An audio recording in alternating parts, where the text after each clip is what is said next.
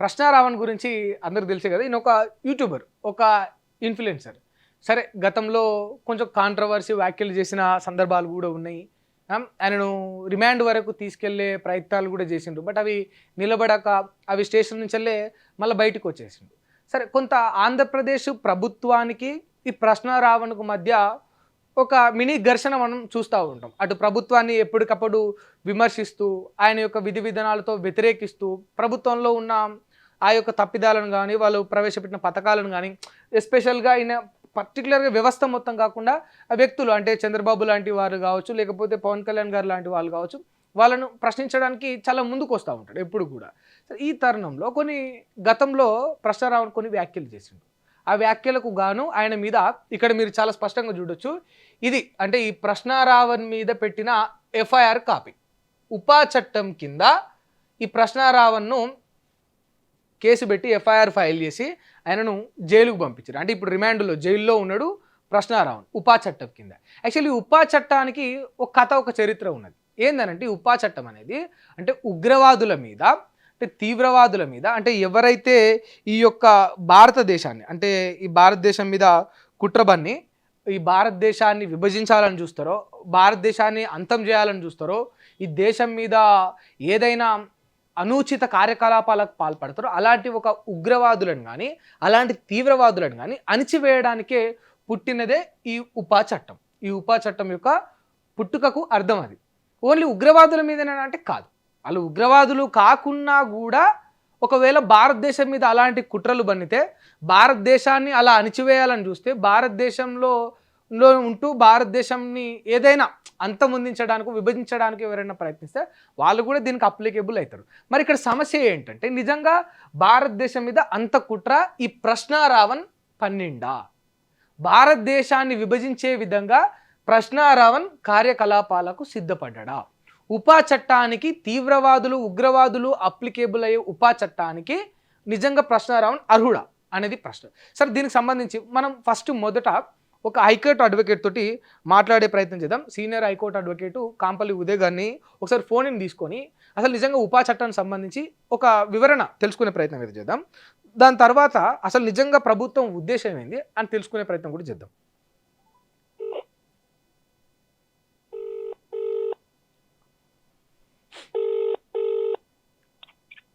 Hello sir, good morning sir.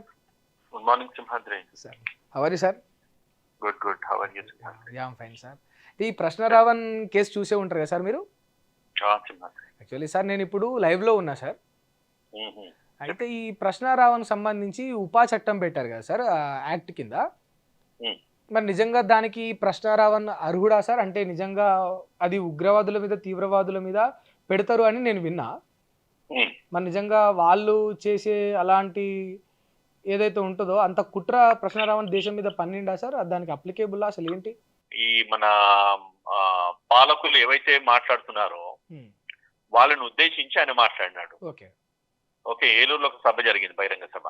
బహిరంగ సభలో ఆయన మాట్లాడింది ఏమనంటే, ఏదైతే ఇదివరకు పాలకులు ఎవరైతే ఉన్నారో వారు ప్రతిపక్షంలో ఉన్నప్పుడు కానీ, లేదంటే వారు ఎప్పుడైతే అధికార పక్షాన్ని దూషించినప్పుడు కానీ ఏవైతే పదజాలాలు వాడినారో అదే పదజాలాలు ఈ విధంగా వాళ్ళు వాడిందని చెప్పేసి ఆయన దాన్ని మరొకసారి వ్యక్తపరుస్తూ ఆయన మాట్లాడిన మాటలు అవి బయటికి మళ్ళీ ఆయన భాషలో ఆయన ఎక్స్ప్రెస్ చేసినారు. ఓకే, ఆయన కాకపోతే ఏంటంటే ఆయన ఎక్స్ప్రెస్ చేసిన టోను, ఆ టెంపర్మెంట్ మేబీ అక్కడ లీడర్లకు వాళ్ళ మనోభావాలను దెబ్బతీసే విధంగా ఉండొచ్చే గానీ దాని మీద ఉపా చట్టాలు వర్తించదంటే మరి ఇదివరకు వాళ్ళు మాట్లాడిన మాటలను మన దాన్ని ఉద్దేశించి ఒకవేళ ఇదే చట్టం మరి వాళ్ళ మీద పెట్టి కేసులు పెట్టాలంటే గడిచిన ప్రభుత్వం కూడా ఇదే నాయకుల మీద ఈరోజు ఎవరైతే ఒక గొప్ప స్థానంలో ఉన్నారో వాళ్ళ మీద కూడా కేసులు పెట్టాలి కదా. ఇదివరకు వాళ్ళు మాట్లాడితే తప్పు కాదు కానీ ఇప్పుడు ఈయన మాట్లాడితే ఎంత తప్పు అవుతుంది మాదిరి. అండ్ ఇది మీ తోటి జర్నలిస్ట్ మాట్లాడిన మాటలు అవి.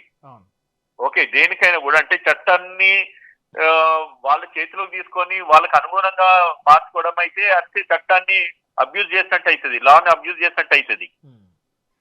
సో కాబట్టి నేనేం చెప్తానంటే, ఆయనను ఆల్రెడీ 4 సార్లు సేమ్ కేసు మీద, సేమ్ ఆఫెన్స్ మీద 4 సార్లు 4 కోట్లు రిమైండ్ రిజెక్ట్ చేసినాయి, అరెస్ట్ చేయలేదు పోలీసులు. మళ్ళీ దాని తర్వాత 5వ కేసు మీద అదే కంటెన్షన్ ఏదైతే మాట్లాడిందో ఆ మీటింగ్ లో బహిరంగ సభలో ఏదైతే మాట్లాడినో ఆ మాట్లాడిన మాటలు ఎవరియో మనోభావాలు దెబ్బతీసినాయంట. అంటే పవన్ కళ్యాణ్ ఉద్దేశించి మాట్లాడిన మాటలు ఎవరియో మనోభావాలు దెబ్బతీస్తే ఎవరో పోయి కంప్లైంట్ చేస్తే ఎవరో పోలీస్ అధికారులు ఆయన మీద కేసు పెట్టిండ్రు.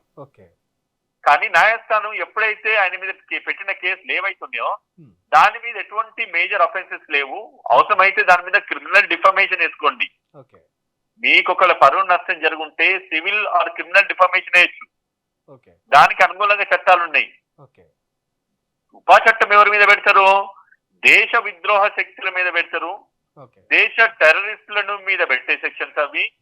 అండ్ టెర్రరిజం ను ప్రొవోక్ చేసినట్టు గాని, టెర్రరిజాన్ని ప్రొవోక్ చేస్తూ దాన్ని ఇన్ఫ్లుయెన్స్ చేసి, అంటే మనుషుల మనోభావాలు ఇన్ఫ్లుయెన్స్ చేసేసి దేశ ద్రోహుల మీద గాని, దేశ ద్రోహం చేస్తున్నారన్న అటువంటి ఇంప్రెషన్ ఎవరి మీద ఉంటే గాని, లేకపోతే అటువంటి ఇన్ఫర్మేషన్ పోలీసులకు ఉంటే గాని, సంఘ విద్రోహ శక్తులు ఎవరైతే ఉంటారో వాళ్ళ మీద పెట్టే కేసులు ఇవి. జర్నలిస్టుల మీద కాదు, ప్రజాస్వామ్యంలో ఒక యూట్యూబర్ల మీద కాదు, ప్రజాస్వామ్యంలో అధికారులు కానీ లేకపోతే ప్రజాప్రతినిధులు కానీ తప్పు చేస్తే ప్రశ్నించే వాళ్ళ మీద పెట్టే సెక్షన్ ఇది కాదు. అది కోర్టు ఏదైతే ఇంటర్ప్రిటేషన్ ఆఫ్ లా అని ఒకటి అంటాం, ఎప్పుడైతే ఏదైతే నేరం జరిగిందో జరిగిన దానికి ఎటువంటి శిక్షలు విధించాలి, కోర్టులు ఎటువంటి తీర్పులు తీర్చాలి, నిజంగానే దీంట్లో నేరం జరిగిందా లేదని నిర్ధారించాల్సిన బాధ్యత పోలీసు న్యాయస్థానాల మీద ఉంటాయి. ఇటువంటి ఈ సెక్షన్ అసలు ఈ కేసులే అసలు నేరమే కాదు, దీనికి బిలో 7 years పనిష్మెంట్. అండ్ కాబట్టి మేము ఈ పూర్తిగా రిమాండ్ ను రిజెక్ట్ చేస్తున్నట్టుగా 4 కోట్లు ఆంధ్రప్రదేశ్ తీర్పిచ్చింది. 1 కాదు, 2 కాదు, 3 కాదు, 4 కోట్లు. మళ్ళీ సెక్షన్స్ మార్చేసి నాన్ బెయిలబుల్ అఫెన్స్ కింద ఆయన రిమాండ్ చేయాలన్నది అక్కడ పోలీసు చేసినది కావచ్చు, లేకపోతే రాజకీయ నాయకులు చేసిన ఒత్తిడి మీద చేసిన కార్యక్రమంలో ఈ రోజు ప్రశ్నారామన్ ను రిమాండ్ చేసిందని నా వ్యక్తిగత అభిప్రాయం. చట్టం నాకు తెలిసిన దాంట్లో నాకున్న అంతో ఇంతో పరిజ్ఞానంలో ఆయన మీద కేసులు ఏదైతే పెట్టిందో దానికి ఉపా చట్టం వర్తించదని మాత్రం చెప్పగలుగుతా. ఓకే, బట్ ఈ ఉపా చట్టం అనేది చాలా కఠినంగా ఉంటది కదా సార్, అంటే బయటకు వచ్చే పరిస్థితులు ఉంటాయా? ఈ ఒకటి భద్రి, ఉపా చట్టంలో కేసు పెట్టడమే తప్పని నేను చెప్పిన తర్వాత ఇంకా బయటకు వచ్చే పరిస్థితులు ఉంటాయా లేవనేది అది దూరం మాట. అది ఫస్ట్ ఇన్స్టెన్స్ లో ఆయన మీద పెట్టిన కేసు ఏదైతే ఉన్నదో దానికి ఈ సెక్షన్సే వర్తించదు అని నేను చెప్తున్నా. దాన్ని వాళ్ళ అడ్వకేట్ గానీ లేకపోతే అక్కడ న్యాయస్థానాలు గానీ వాళ్ళు తీర్పు తీర్చాలి. నిజంగానే ఈ సెక్షన్లకి ఈయన మాట్లాడిన మాటలకి ఈ పెట్టిన సెక్షన్లకు నిజంగా ఏమైనా రిలయబిలిటీ ఉన్నదా లేదా, అటువంటి కేసులు పెట్టాలా పెట్టొద్దా, పెట్టొచ్చా పెట్టరాదా. మరి పోలీసులు అధికార దుర్వినియోగం చేసుకొని లేదంటే రాజకీయ నాయకుల ఒత్తిళ్ల మీద పనిచేస్తున్నారు కాబట్టి, న్యాయస్థానం అనేది ఒకటి 4th estate కాబట్టి ఏదైతే అధికారులు కానీ లేదంటే కనుక ప్రజాప్రతినిధులు కానీ లేకపోతే చట్టాలు చేసే వాళ్ళు ఏదైతే సరిగా పరిపాలన అంటే సరిగా పాటించకపోతే న్యాయస్థానాలు ఇంటర్ఫియర్ అయ్యేసి వాళ్ళ యొక్క ఇంటర్ప్రిటేషన్ చేస్తూ దీని మీద నిజంగా ఇటువంటి కేసులు కట్టొద్దు అని చెప్పి న్యాయస్థానాలు తీర్పిచ్చినా, లేకపోతే కేసు కట్టిన కేసులు ఏవైతున్నాయో అది తప్పుడు కేసులు అని చెప్పి కోర్టుకు కొట్టేసే అధికారం ఉన్నప్పుడు ఇంకా దానికి శిక్ష పడుతుందా, ఎంత శిక్ష పడుతుంది, ఏ లెవెల్ శిక్ష పడుతుంది అని చెప్పి మాట్లాడుకోవాల్సిన సందర్భం కాదు, అవసరం కూడా లేదు. రైట్,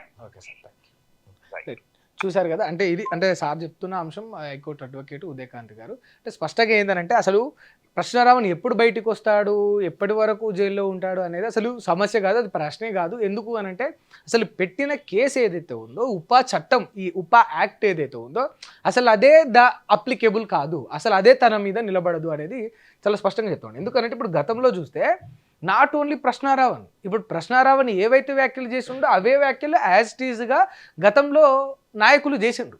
అంటే వాళ్ళు చెప్పిండ్రు, వాళ్ళు అన్నారు అని రిపీట్ చేశాడు. ఇక్కడ వాస్తవానికి మనం ఈ సమాజంలో గుర్తుపెట్టుకోవాల్సిన అవసరం ఏముందనంటే ఈవెన్ యూట్యూబర్స్ కానీ జర్నలిస్టులు కానీ ఇన్ఫ్లుయెన్సర్స్ కానీ ఎవరైనా కూడా ఒక మాట మాట్లాడే ముందు మనం కూడా అంటే ఇన్ఫ్లుయెన్స్ చేయడానికి సోషల్ మీడియా అనేది మనకు ఒక ఆయుధం. ఆయుధాన్ని ఎట్లా వాడతాం అనేది చాలా ఇంపార్టెంట్, చాలా చాలా ముఖ్యం. సరే అంటే సమాజంలో అందరూ కూడా సోషల్ మీడియా అనే ఒక ఆయుధం ఉందని ఆయుధాన్ని హింసాత్మకంగా వాడాల్సిన అవసరం కూడా లేదు. ఆయుధాలతో మంచి పనులకు కూడా వాడచ్చు, ఆయుధాలను మంచిగా కూడా యూటిలైజ్ చేసుకోవచ్చు. అంటే ఈ మధ్యలో ఒకటి తయారైపోయింది జనాలలో, ఎట్లా అంటే ఏదైనా ఒక కాంట్రవర్సీ లేకపోతే, ఏదైనా ఒక అంటే రెచ్చగొట్టేది లేకపోతే ఆ వీడియో వైరల్ కాదు, లేకపోతే జనాలు అట్రాక్ట్ కారు అని అనుకుంటా ఉన్నారు. మనుషుల్ని చైతన్యపరచడానికి కానీ లేకపోతే మనుషుల్లో ఒక పోరాట పటిమ తీసుకురావడానికి కానీ ఎదురు తిరిగే ఆ తత్వాన్ని తీసుకురావడానికి ఆయుధాలు కానీ కాంట్రవర్సీలు కానీ అగ్రెషన్ కానీ అవసరం లేదు. ఎందుకనంటే గాంధీ దీనికి బెస్ట్ ఎగ్జాంపుల్. మహాత్మా గాంధీ చేసిన ఉద్యమం ఏదైతే ఉందో ఆ ఉద్యమంలో ఆయన కర్ర మాత్రమే పట్టుకుండు. కామెడీ ఏందనంటే నిజంగా అంటే ఇప్పుడున్న జనరేషన్కి అది కామెడీ. ఎందుకు అని అంటే ఆ కర్ర పట్టుకుంది కూడా తను నడవడానికే తప్ప ఇంకొకటిని తరిమి కొట్టడానికి కాదు. అంటే చూడు, ఒక ఉద్యమాన్ని తాను కర్ర పట్టుకొని నడుస్తూ కూడా నడిపించవచ్చు. ఇన్ని కోట్ల మందిని అట్లా కూడా నడిపించవచ్చు.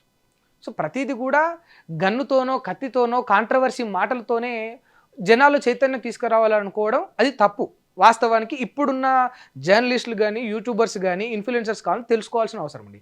దానికి తోడు ప్రభుత్వం కూడా నిజంగా మరి జర్నలిస్టులు యూట్యూబర్లు ఇట్లాంటి వాళ్ళు ఏవైనా తప్పులు చేస్తే వాళ్ళని ఎట్లా మందలించాలి అనేది ఒకటి ఉంటుంది. ప్రతిదానికి ఒక పద్ధతి ఉంటుంది కదా. ఇప్పుడు ప్రశ్నారావణ ఒక మాట తూలిండని ఉగ్రవాదుల పైన పెట్టే అప్లికేబుల్ అయ్యే ఉపా చట్టాలు నిజంగా ప్రభుత్వం పెట్టొచ్చా అనేది ఇక నిజంగా ఒక ఆశ్చర్యార్థకం. ఎందుకు అనంటే రీసెంట్గా మీరందరూ చూడాల్సిన అవసరం ఉండదు, ఒకసారి యూట్యూబ్లో చూసినా కూడా వస్తుంది. ఈ తూనీలో ఒక అమ్మాయి తప్పిపోయి దొరకట్లేదు. ఆ అమ్మాయి వయసు మేబీ సబ్జెక్ట్ కరెక్షన్ 6 years అనుకుంటా. ఆ పాప చిన్న పాప. ఆ అమ్మాయి తప్పిపోతే ఇప్పుడు అంటే దాదాపు 1-2 నెలలు అవుతున్నా కూడా అమ్మాయిని పట్టుకోలేదు. పోలీసులు బయటకు వచ్చి అక్కడ సిఐ వీళ్ళు చేసిన స్టేట్మెంట్స్ ఒకసారి మీకు గుర్తు చేస్తా. కిడ్నాపర్లకు చెప్తా ఉన్నారు, అంటే ఎవరైనా కిడ్నాపర్లు ఆ అమ్మాయిని కానీ ఎత్తుకపోయిన కిడ్నాపర్లు తిరిగి అమ్మాయిని అప్పగించండి, మీరు ఎక్కడో చోట అమ్మాయిని వదిలేయండి, అప్పగించండి, మాకు హ్యాండ్ ఓవర్ చేయండి. మీ మీద అంటే ఈ ఎవరైతే ఉన్నారో ఇప్పుడు ఈ కిడ్నాపర్లు ఎవరైతే ఉన్నారో వాళ్ళ మీద ఎలాంటి కేసు ఉండదని అక్కడ స్టేషన్ పోలీసులు ఓపెన్ స్టేట్మెంట్ పాస్ చేశారు. అంటే ఒక పసిపాపను ఎత్తుకెళ్ళిన కిడ్నాపర్ల మీద ఇంత కన్సర్న్ తోటి ఉండే పోలీసులు, అంటే పాపే ప్రాణమే ముఖ్యం కానీ కిడ్నాపర్లను మాత్రం వదిలేస్తామని ఇంత కన్సర్న్ చూపించిన పోలీసులు, అదే ప్రభుత్వం, అదే ఆంధ్రప్రదేశ్ చెందిన పోలీసులు మరి నిజంగా ఒక వ్యక్తి, ఒక యూట్యూబర్, ఒక ఇన్ఫ్లుయెన్సర్, ఒక జర్నలిస్ట్ ప్రశ్నించడంలో ఒక మాట తూలితే ఉగ్రవాదుల పైన పెట్టే యాక్టులు చట్టాలు పెట్టి నిజంగా కేసు ఫైల్ చేయడం, రిమాండ్కి పంపించడం, జైల్లో పెట్టడం ఎంతవరకు న్యాయం? నిజంగా తాను ఉగ్రవాదుల్లాగా ప్రవర్తించుంటే దేశాన్ని విభజించాలని ఇంత కుట్ర పని ఉంటే మొదలే పెడతారు ఆ సెక్షన్లు ఓపెన్గా. అంటే ఏదైనా కూడా పూర్తిగా మనకు ఓపెన్గా క్లియర్గా ఉంటుంది కదా. మరి 4 సార్లు రిమాండ్కి తరలించే ప్రయత్నం చేసిన తర్వాత అక్కడ జ్యుడిషియల్ కస్టడీ లోకి వెళ్ళకుండా లేకపోతే ఇతన్ని రిమాండ్కు అర్హుడు కాదని చెప్పి అక్కడ ఉన్న జడ్జి వాళ్ళు దాన్ని రిజెక్ట్ చేస్తే, ఆ రిమాండ్ని రిజెక్ట్ చేస్తే బయటకు వచ్చిండు 4 సార్లు, ఒకసారి 2 సార్లు కాదు 4 సార్లు రిజెక్ట్ అయిన తర్వాత 5వ సారి. అంటే ఇది ఇరికించాలనే ప్రయత్నంగా కూడా ప్రభుత్వాలు ఎప్పుడు కూడా చేయకూడదు. వాస్తవానికి మందలించాల్సిన బాధ్యత ప్రభుత్వం మీద ఉంది. ఎందుకంటే స్వేచ్ఛ వాక్కు స్వాతంత్రం అందరికీ ఉంది ఈ దేశంలో, కానీ దాన్ని ఎట్లా యూటిలైజ్ చేసుకుంటున్నాం అనేది చాలా ఇంపార్టెంట్ అనేది జనాలు గుర్తుపెట్టుకోవాలి. పవర్స్, ల్యాండ్ ఆర్డర్సు ప్రభుత్వాల చేతిలో కానీ లేకపోతే న్యాయస్థానాల చేతిలో కానీ కొంత పోలీసు చేతుల్లో కానీ ఉంటాయి. కానీ దాన్ని ఎట్లా ఎవరి చేత ఎప్పుడు ఎట్లా వాడుతున్నాం అనేది కూడా వాళ్ళు కూడా గుర్తుపెట్టుకోవాల్సిన అవసరం ఉన్నది ఈ సమాజంలో. అంటే మన దగ్గర సోషల్ మీడియా ఉందని మనం మాట జారద్దు, మన దగ్గర పవర్ ఉంది కదా అని ఒక వ్యక్తుల పట్ల అంత అధ్వానంగా అంత అన్యాయంగా ప్రభుత్వాలు కూడా ప్రవర్తించొద్దు. ఆ అవసరం అంత రిక్వైర్మెంటు లేదు సమాజానికి. ఇది వ్యక్తిగత కక్ష సాధింపుల్లాగానే కనిపిస్తుంది తప్ప సమాజానికి మేలు చేసే విధంగా ఎక్కడా కూడా ఉండదు. అంటే అందరూ గుర్తుపెట్టుకోండి, మాటలు జారకండి. మాటలు జారినంత మాత్రాన కూడా ఉగ్రవాదుల్లాగా ఉగ్రవాదులతో ట్రీట్ చేస్తూ ఇంత కఠినమైన చట్టాలను, సెక్షన్స్ను ఆ వ్యక్తుల మీద పెట్టకండి. ఎందుకనంటే ఉగ్రవాదుల మీద పెట్టే సెక్షన్లు జర్నలిస్టుల మీద, యూట్యూబర్ల మీద పెడితే మరి ఉగ్రవాదుల మీద ఏం సెక్షన్లు పెడతారు రేపు చెప్పండి? నిజంగా అంటే వ్యత్యాసం ఉండాలి కదా. ప్రశ్నించేవాడికి అంతమొందించేవాడి మీద పెట్టే సెక్షన్స్కి వ్యత్యాసం ఉండాలి. అంటే దొంగతనానికి ఒక సెక్షన్ ఉంటుంది, అటెంప్ట్ టు మర్డర్కి ఒక సెక్షన్ ఉంటుంది చట్టంలో, మీకు చెప్తా ఉన్నా. మర్డర్కి ఒక సెక్షన్ ఉంటుంది, రేపులకు ఒక సెక్షన్ ఉంటుంది, చీటింగ్కి ఒక సెక్షన్ ఉంటుంది. మరి ప్రశ్నించేవాడి మీద, ఉగ్రవాదుల మీద పెట్టే సెక్షన్ పెట్టినప్పుడు మరి నిజంగా ఒకవేళ ఉగ్రవాది వస్తే ఉగ్రవాది మీద ఏం సెక్షన్లు పెడతారు? వ్యత్యాసం ఉండాలి కదా. ఇద్దరి మీద ఒకే సెక్షన్లు అప్లికేబుల్ అయితే దెన్ దానికి వ్యత్యాసం ఎక్కడున్నట్టు? ఆ డిఫరెన్స్ కోసమే కదా. అంటే దొంగతనానికి ఒక సెక్షన్, మర్డర్ కేసుకి ఒక సెక్షన్, హత్యను ప్రేరేపించిన దాని మీద ఒక సెక్షన్, చూస్తూ కూడా హత్యను ఆపలేకపోతే ఇంకొక సెక్షన్, ఇట్లా ఉంటాయి తెలుసా సెక్షన్స్. మరి ప్రశ్నించేవాడి మీద ఉగ్రవాదుల మీద పెట్టే సెక్షన్ పెడితే ఉగ్రవాదుల మీద ఏం సెక్షన్ పెడతారు? ఇంకో కొత్త చట్టాన్ని కనుక్కోనాలి, ఇంకో కొత్త యాక్ట్ని క్రియేట్ చేయాల్సి వస్తుంది. అంటే దాని వ్యత్యాసం ఉంచండి. నేనేమంటున్నా, తప్పు చేసిన వాళ్ళని మందలించాల్సిన బాధ్యత ప్రభుత్వం మీద ఉంది. గతంలో పవన్ కళ్యాణ్ గారు కూడా ఎన్నోసార్లు డివైడెడ్ పాలిటిక్స్ చేసిండ్రు, చాలా స్పష్టంగా చూసినాం. ఇది అంటే నేను క్రియేట్ చేసింది కాదు, ఇది ఓపెన్గా మనం ఆన్ రికార్డ్స్ ఉన్నాయి.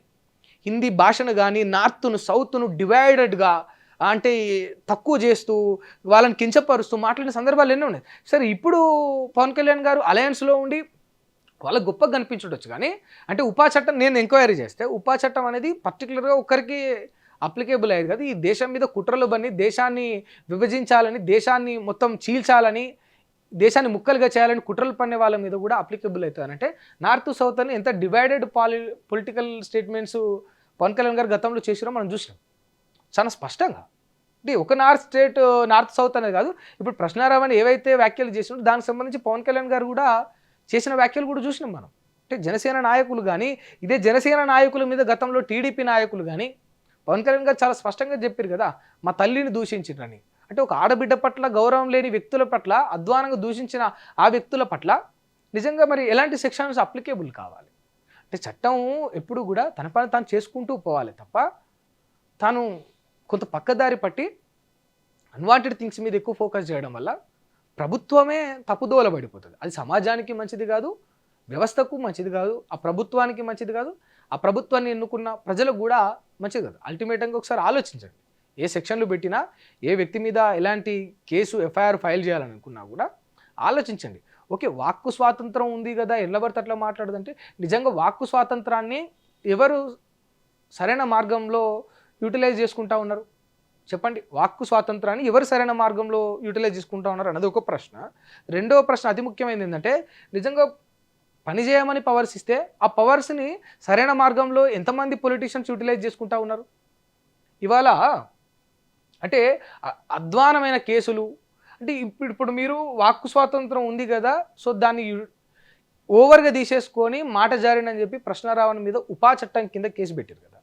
మరి పవర్స్ ఉన్నాయి కదా, మరి మీరు ఉన్న పవర్స్తోనే ఎట్లయితే ఇప్పుడు ఇట్లా అధ్వానమైన మాటలు చేసిండ్రు, డేంజరస్ ఒక యాక్టివిటీకి పాల్పడ్డాడని చెప్పేసి కేసు ఎట్లా పెట్టారు? మరి అంతే పవర్స్తోని సుగాలి ప్రీతి కేసును ఛేదించడంలో ఎందుకు వెనకబడ్డారు? సింపుల్గా ఆధారాలు మిస్ అయిపోయినాయి అని చెప్పిండ్రు. ఆధారాలు ఏ హయాంలో ఉండే?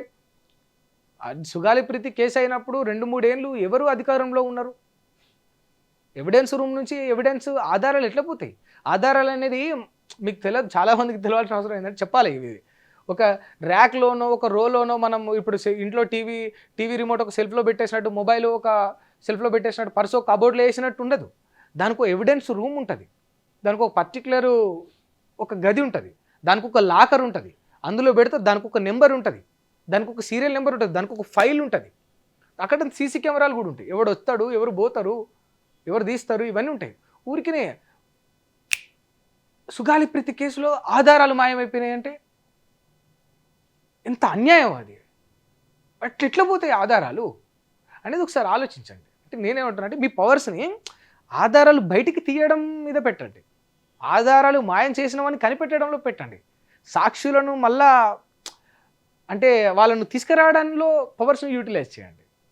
ఇట్లా ప్రశ్నారావణ లాంటి వాళ్ళు ఈ వ్యవస్థలో చాలామంది ఉన్నారు. మాటలు తూలినప్పుడల్లా వాళ్ళకు మీరు చెప్పాల్సిన విధంగా చెప్పండి, కానీ ఉగ్రవాదుల మీద పెట్టే ఈ సెక్షన్లు పెట్టడం ద్వారా ఉగ్రవాదుల మీద పెట్టే సెక్షన్స్కు అర్థం లేకుండా పోతుంది.